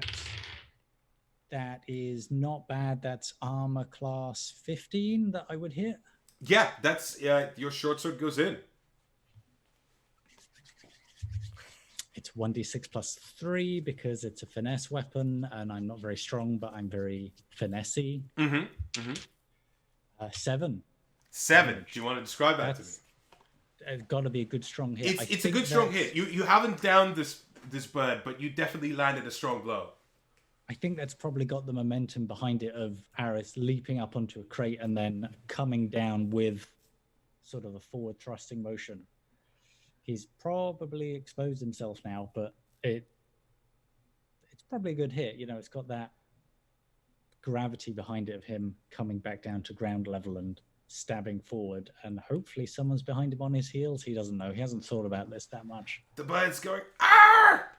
There's a sort of a curdling shriek that comes out of it, and its feathers are ruffled. A lot of bird-like noises and motions are happening. Many weeks later, while lying awake in bed, it suddenly strikes him that he could have said, "You're in a flap now," but that doesn't happen for weeks. Just suddenly it hits him and he's like, "Oh, God." Of course. Write that down for next time. Of course. Rogan, you're next. All right. Well, I am gonna try and close down the one that's firing at me. I'll be enraged by this. I was investigating some bodies, and all of a sudden I've just been sprung upon by 2 stupid flappy bird things that are firing these little arrows at me that hurt a lot. Like an overgrown porcupine. So I'm gonna full on sprint at the one that I can actually reach. Okay. The one that isn't engaged with Aris now, right? Correct. Yeah. So I'll be going for the other one.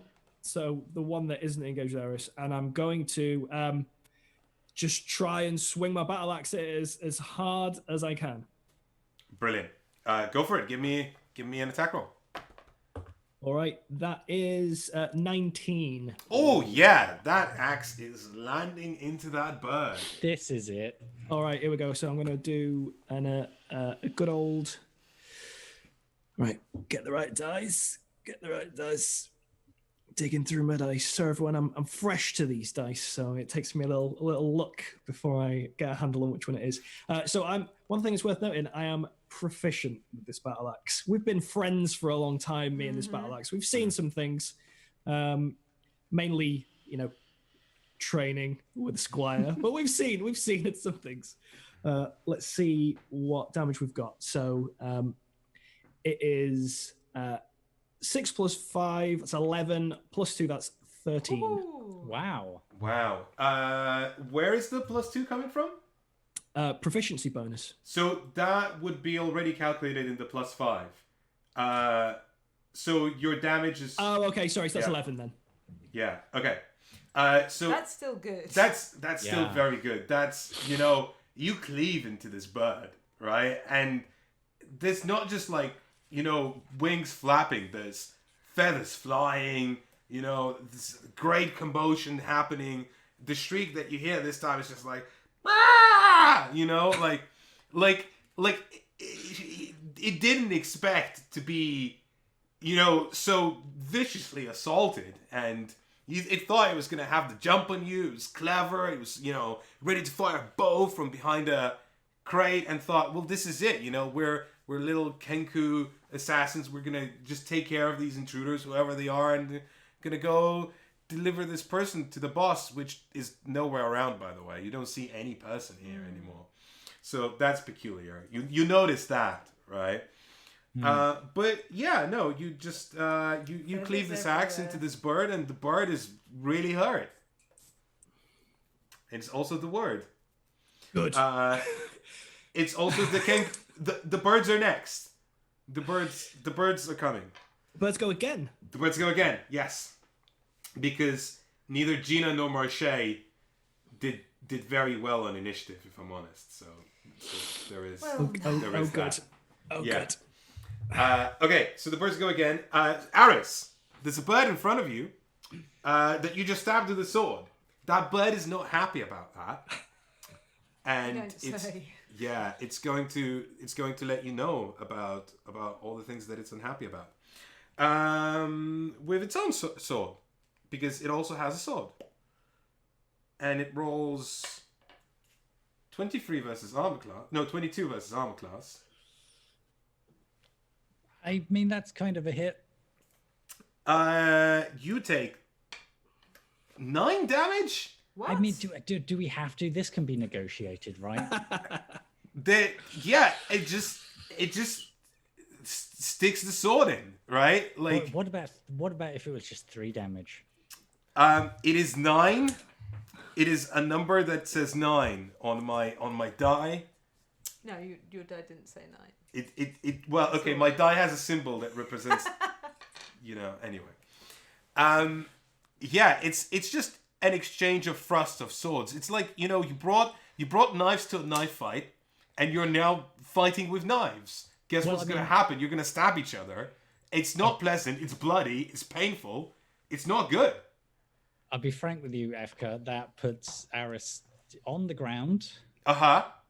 And I adjust my hit points on D&D Beyond, and I get the cool failure, success, death saves thing come up, which always feels good when that appears. Well, that'll happen on your turn.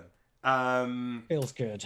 But there's 2 more Kenkus. So one of them wasn't ready to attack in the surprise round. So only 2 of the Kenkus with the short bows attacked Rogan in the middle. But now all of them are going to attack. So Rogan, the Kenku that you almost cleaved in half is going to try and fight back. But he's just flailing with his sword that he tried to take out because he had a bow, right? So he had to take out a sword. He's sort of almost on his feet, just kind of this giant orc that seems to be kind of just like shove him before he can get swing on me. Shove him away. Yeah, so nothing happens there, and there's another one that's gonna fire an arrow at Gina because he says he sees Gina. He's gonna fire an arrow at Gina. Gina, this is 20 versus armor class. Yeah, that hits. Yeah, I'm sorry. These are some tough birds. Tough birds. Gina, Is it 9? It is 9. Okay, Gina is down. Wow. So 2 of you are down. Marche, you're next. Sorry, to reiterate, Gina, you're down, and Yeah. Aris, you're down. I see. Sounds like he might be down. But Rogan, you're still standing. I'm looking strong on 1 All right. HP. I'm Okay. looking strong. You're kind of doing the best now. You're looking the healthiest now. All right. So I would like to rub my hands together, Mm-hmm. spit in them, maybe, rub them together. Now's not the time for cleaning your hands. Get in the fight. Always clean your hands before a fight. And I go up to Gina and do this business on her face. Right. Okay. And she. Is this cure wounds? This is cure wounds. Oh, So- the Lynx Africa effect. I think that's what they call it, right? Remind me, cure wounds. Takes me back to the 90s. That's a bonus action, isn't it? No, it's It's a main one action? action. Yeah. Yeah, it's a spell. Yeah. Okay. So it's one action. So I did it out of sequence before because we were like not in combat. No. right? Yeah. So, Of course. But why? Oh, I'm sorry. Oh yes. I wish we'd taken a short rest before this because I used my second wind. I used my second wind as our action in the yawning portal. Unfortunately, I think my dice is broken. Okay. It's 4 hit points though that Gina heals. Gina, you sort of come to. You're on the floor, looking upwards. You realize you're in a warehouse. Your eyes are open. You hear birds. You think you should probably get up. It's your turn. Okay, yeah. This has gone very, very bad. Uh-huh. Very quickly. Mm-hmm. And I think Gina is kind of really annoyed at this situation. And she will really want to insult some of these birds. And I think she will hurl that at the bird that downed her. So she will say to him, "My loot is no loot.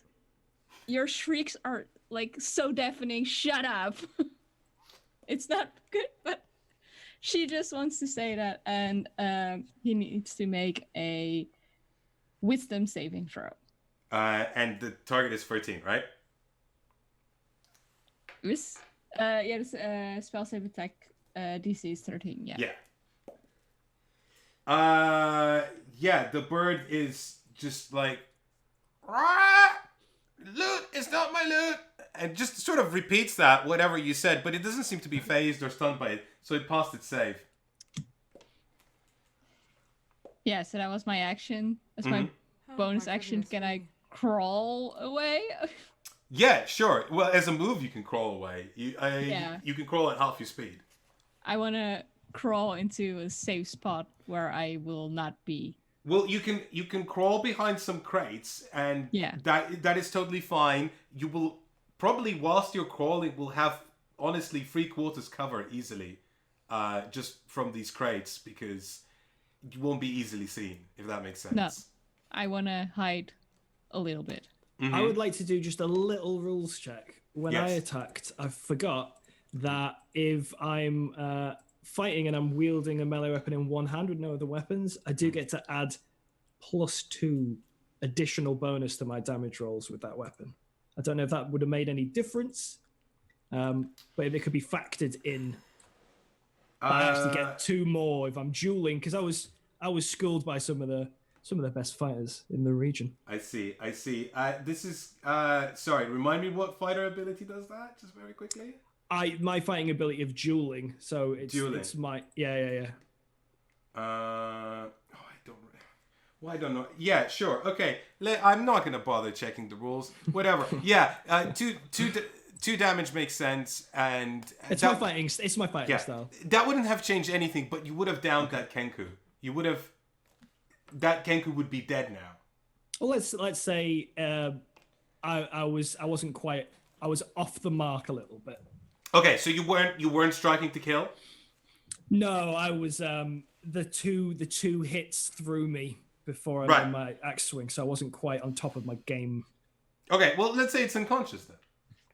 That's fine. Okay, next up, it's back to Aris, who currently is making a death saving throw.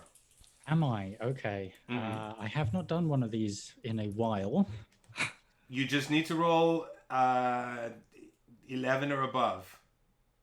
You make it sound so easy. Yeah. You add stuff to it there, right? No, you don't. I think it's just a straight up roll. Yeah. Woo! 7's bigger than 11, right? No. Yes. So you can have a tick of failure. One tick towards that light at the end of the tunnel that is approaching. You can ponder about it whilst you're on the floor, and meanwhile it's Rogan's turn. So the one that just caused grievous bodily harm to Aris is my next target. So I knocked out the one that was near me, correct? Mm-hmm. So I'm gonna. You can't sprint towards the one that's next to Aris. Yes. So I would be like, just a scream of rage, like, you know, pure intimidation, as you know, as you could clearly tell. I'm sure everyone was shocked by that sound. And I'm gonna run full pelt towards the one that's just downed Aris. Give me an attack roll. Again, give it a go. That is another 19. So this Kenku is so super proud that like this guy came out of nowhere, jumped him, you know, like stuck a knife in him, and he's like, no, I'm just gonna stick a knife back. Ha! He's down. I'm on top, and then he turns back and goes, oh no! Right? Except he doesn't say oh no. He just goes ah! And That's Kenku for oh no. Yeah. I just threw my dice on the floor, so let me just floor dice don't count. Give me an attack roll. Okay. Floor dice don't count. Okay, good to know. That's more D&D rules I'm getting familiar with. Floor dice don't count. No, that's just an EFCA rule. Floor dice never count. So that is 4 plus 5. So that's 9. Well, I mean, you're just a whirlwind, and you're reaping these Kenkus away. Would this kill it? I mean, you can choose to. Anytime you attack anyone, you can choose to make a non-lethal blow, right? So if you want to cleave this Kenku in half, that is an option. But you can also just, you know, make sure that you hit him not with the sharp end of the axe, or just, you know, the completely blunt side, just go bam on top of his head, knock him unconscious. I'd probably see something like, as my uncle always said, if you can't beat them, behead them, and go his swing and chop his head off. I mean, they've shot me with 2 arrows. I'm not happy about it. Wow, that's brutal. It's very expensive clothing. Like I got this handmade by one of the finest tailors in the region. Now you have a I mean, this Kenku head just flies off. The one that's left alive, or you know, the one that's not unconscious still, is like, ah! Ah! That's a fair reaction. I mean, that's a really fair reaction. But don't forget, this is someone who's not been injured. This is just someone that's been told something about loot not being a loot. So, you know, he's well upset. He's just gonna, you know, keep peppering arrows at you now because you've literally just killed his friend. So he's gonna fire another arrow at you, Ross. That is 24 versus armor class. I don't know who taught these birds how to shoot arrows, but they're quite I deadly. had a look just in case. They have got. Everyone needs to use different dice. Yeah, they've got some real skill. Well, obviously that's going to hit. Gonna hit. Elaine, that was rude. You can't look at my Yeah, dice. I can. No, Yeah. you can't. I can look. Woo! No. Hello. I think I was probably basking in the moment a little bit too much. Yeah. That is kind of looking to the sky with my axe being like after the beheading and not paying any attention to what's going on. That is an arrow flying straight into your chest. That'd do it. And you take 9 damage. Sure, well, I was on 1, so that's enough. That's enough to take you unconscious. Yeah, that's not enough to outright kill you, I believe. But that was quite a vicious hit. So you have you're out. But after that, Kenku, we have Marche. I feel like I've made a good effort. I can do cure wounds again, can't I? You can. Like, yeah. It's just as part of my. I can just cast it again. You have one more. How many spell slots do you have a day? Two. Two in total. So you've used both of them. You've done cure wounds twice. Oh, yeah, but it wasn't out of. No, it's still come you. on. I'm so sorry, but you used All both right, your okay, first level spell okay, slots. Okay, that's not fair. Okay, well, I can't. I'm sorry, I can't heal anybody because that's my only healing ability. Yes. So I guess I will just try and firebolt The remaining the Kenku. remaining Kenku I mean, that's sensible. and hope for the best. So just throwing a potion of fire at him, right? I'm throwing a potion of fire at him. 13. 13. Ah. If I remembered Kenko's armor class, I would say that you've chucked this potion, but you're so distressed that your friends are like down and out. You're like, what's happening? Are we gonna die? Are we gonna lose our lives in this warehouse? You know, and you see this potion flying, and you see it flying over the Kenku's head, and you're like, oh no, it's gonna miss. And it just goes, and lifts its head, and it goes, boom. That was a cruel setup, Efka. That was. Please roll some damage for me. I will roll a damage. I will roll 4 damage. That doesn't. Wait, no, hang on.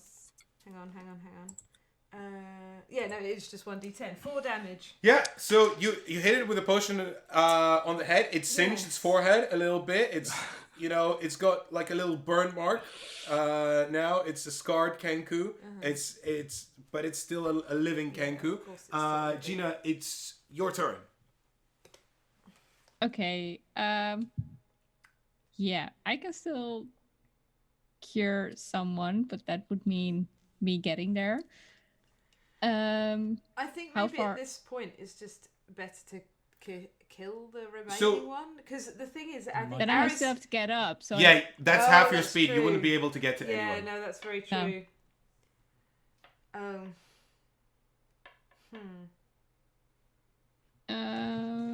How far away is he? He's not far away from you. He is, you would have to. I would argue that because you're like hiding behind crates and you're on the floor and you crawl behind the crates, you either need to crawl from out of the crates to see him. No, but more like to see him. Yeah. Even. Yeah.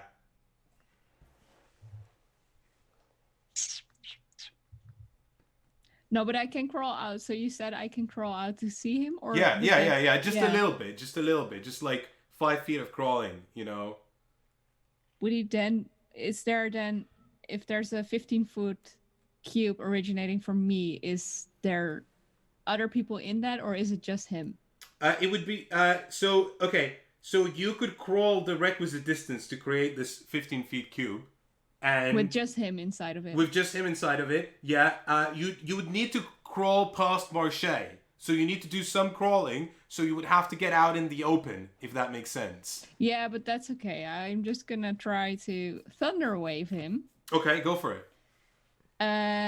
So you crawl out and just from on the floor, you just go right, thunder wave. Yeah. Okay, cool. Constitution saving throw. Okay, so that bird does not know what hit it. What happens to the bird? Well, let's find out. Let's make Gina roll some damage, right? On a failed save, a creature takes 2d8 thunder damage. Wow. I mean, that's a lot. And is pushed 10 feet away from you. Uh-huh. So that is 13 damage because I rolled an 8 and a 5. Wow. Okay, so that's just, on your loss, you see your companions down, you're worried what's going to happen. You summon all the strength to launch this, powerful spell that you have in your possession. And you go from on the floor, and then it launches this concussive blast. Just slams that Kenku against the wall. I don't know if you were trying to just rip it to shreds or just knock it unconscious. That's your decision. I was just pretty not giggly at that point. Okay. Yeah. But in addition, unsecured objects that are completely within the area of effect are automatically pushed 10 feet away as well. So I will probably push some crates with him as well. Oh yeah. So then it gets, thrown back to the floor, and there's this concussive blast that goes whoosh. And you imagine that the sound of this was heard, right? It's audible out to 300 feet. Yeah. So this was definitely heard. Yes. And you see, like, as the crates push as well, the crates are old and tatty, and they just shatter, and one of the planks, just flies off and flies straight into the Kenku's face with a nail sticking out, and just goes like that, and it's pretty much nailed to the wall now.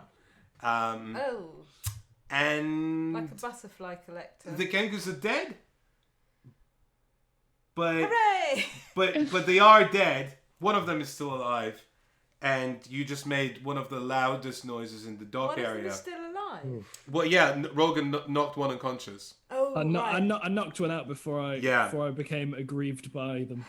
Yeah. Okay, so I'm Earth gonna and Rogan are both down. Yeah, they are both down, and I'm gonna say that they are both down as we wind this session down, and we're gonna find out what happens next week.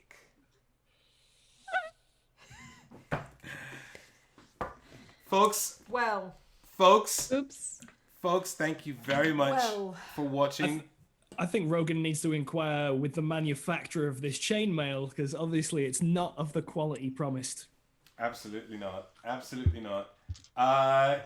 Thank you for persevering through the technical difficulties that we had at the start of the stream. That was a little bit stressful at the beginning. That was slightly stressful. But yeah, thank you everyone for watching. Don't forget that we also have a Discord channel that you can join, and the links for it are below. We stream videos for Dungeons & Dragons every Saturday, 8 p.m. BST. Currently, this makes it 3 p.m. Eastern. Are you sure? I think so, 3 p.m. Eastern, and also 12 noon Pacific. Just as a brief goodbye, would you tell people where they can find you on the internet? Yes. Me? Well, me to start. I mean, you just said I'm in the same thing as you. So you can go to, obviously, if you're watching on Twitch, then you already know this. But if you're watching on YouTube, then you can go to Twitch TV / no pun included. If you're watching on Twitch, then you can go to our YouTube channel, which is just type in no pun included into YouTube.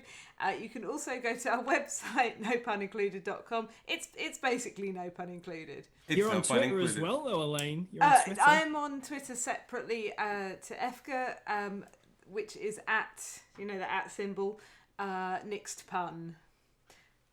That's fine, right? I think you did well. I think you did well. So, Emma, would you like to tell us where we can find you? Yes, so I'm on Twitter and Instagram at Emzaya, and that's EMMZAJA. And you can find the Pointless Parrot podcast if you just look for Pointless Parrot podcast. Paul, would you like... Oh, sorry, birds. Yeah, right. Yeah. Hopefully not murderous birds. Thematic tie-in. Paul, would you like to tell us where we can find you? Yes, I'm Paulicino on everything ever, which is PAULLICINO. That's Twitter, Instagram, Tumblr, everything, all of them, something like that. That's enough. That'll point people the right way, I think. Probably, I don't know.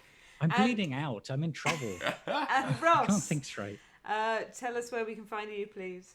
Sure, yeah. I'm on the interwebs under the moniker More Games Please on Instagram, or if it's Twitter or Twitch, because I'm also on Twitch with More Games PLS Plus. And that's it for today's episode. Tune in next week, Saturday if you're on Twitch, Mondays if you're on YouTube. We'll see you later. Thank you very much for Thank you joining for us. watching. Bye. Bye. Bye.